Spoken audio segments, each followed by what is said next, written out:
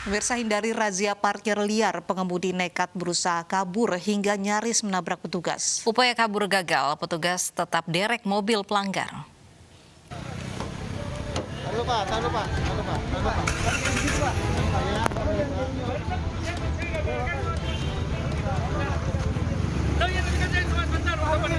Dua petugas ini nyaris menjadi korban kenekatan pengendara yang berusaha kabur dari razia. Pengemudi nekat nyaris menabrak petugas yang menghadang. Beruntung, petugas berhasil menghentikan upaya kabur. Udah, Bapak mesinnya mati. Iya, tapi sebentar saya kan nunggu di sini. Definisi parkir apa? Definisi parkir apa? Jangan boros ini bensinnya. Boleh lihat surat-suratnya? Ada saya. Ya udah, mana? Boleh lihat surat-suratnya? Ada, Pak. Ya. Tak hanya berusaha kabur, pengendara ini juga protes karena tak terima ditilang. Namun petugas tak bergeming dan tetap menjatuhkan sanksi tilang dan derek.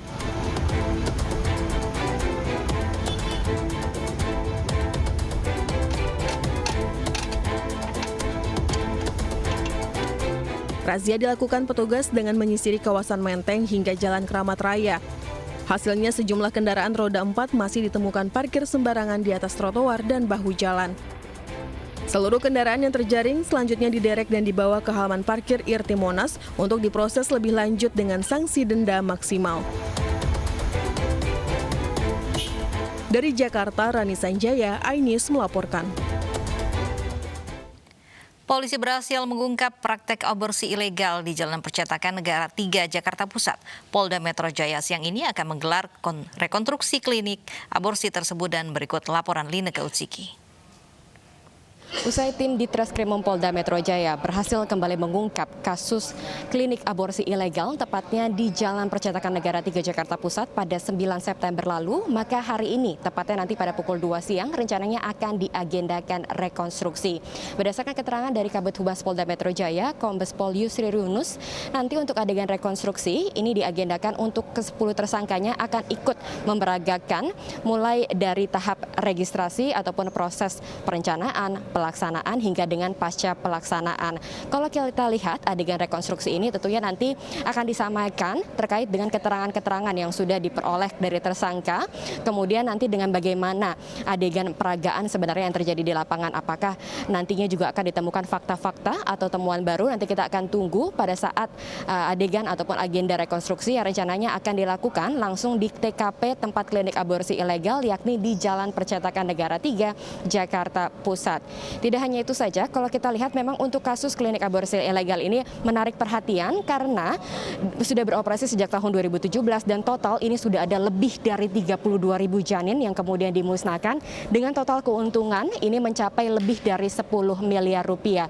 Bahkan tidak hanya itu saja, yang cukup menarik adalah untuk klinik aborsi ilegal ini spesialisnya adalah janin muda dalam artian bahwa dibatasi maksimal yakni maksimal untuk usianya 14 minggu atau pada saat kondisi janin ini masih berbentuk gumpalan. Ini kemudian nanti akan diteliti bagaimana kemudian para tersangka, ke-10 tersangka ini memusnahkan janin-janin tersebut.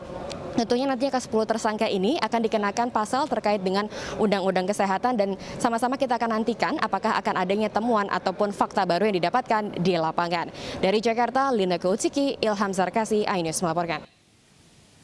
Cuaca panas ekstrim melanda wilayah Kabupaten Bojonegoro, Jawa Timur. Bahkan pada siang hari, suhu panas bisa mencapai 44 derajat Celcius. Kondisi tersebut membuat warga mengeluh kepanasan.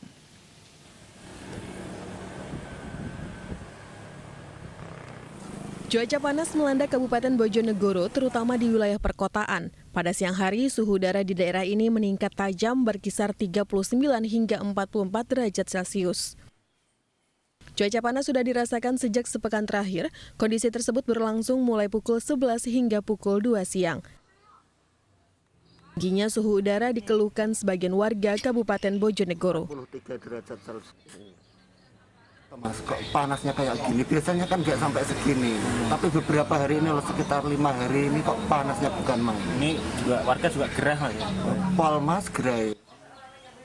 Dinas Lingkungan Hidup Pemkab Bojonegoro belum bisa memberikan keterangan terkait meningkatnya suhu. Pihaknya mengaku akan melakukan pemeriksaan suhu di lokasi setempat. Dari Bojonegoro, Jawa Timur, Dedi Mahdi, iNews melaporkan. Indonesia Award 2020 segera digelar. 2 menteri koordinator dalam Kabinet Indonesia Maju didaulat untuk menjadi juri kehormatan. Memasuki tahun ketiga penyelenggaraannya, Indonesia Awards tahun 2020 akan digelar dengan protokol kesehatan ketat.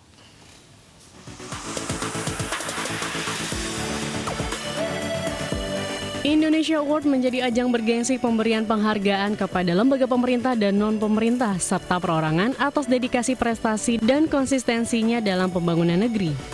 Memasuki tahun ketiga penyelenggaraannya, Indonesia Award 2020 mengangkat tema kebanggaan Indonesia.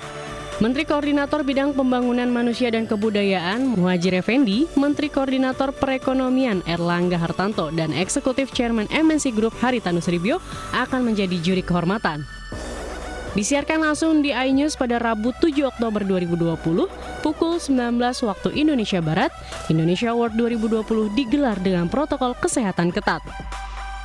Nah, dalam pelaksanaan tahun ini yang berbeda tentu saja karena masih dalam suasana pandemi seperti ini dan kami bertekad untuk disiplin untuk melaksanakan protokol kesehatan. Maka yang berbeda adalah tentu saja teknis pelaksanaannya. Ada 3 kategori penghargaan yang diberikan dalam perhelatan tahun ini bagi para tokoh, yaitu tokoh publik, tokoh profesional, dan penghargaan khusus di bidang kesehatan. Selain itu, iNews juga akan memberikan apresiasi kepada 8 kategori di bidang pendidikan, kesehatan, infrastruktur, ekonomi kreatif, layanan publik, tata kelola pemerintahan, keterbukaan informasi publik, dan tata kelola kota. Tim Liputan iNews melaporkan.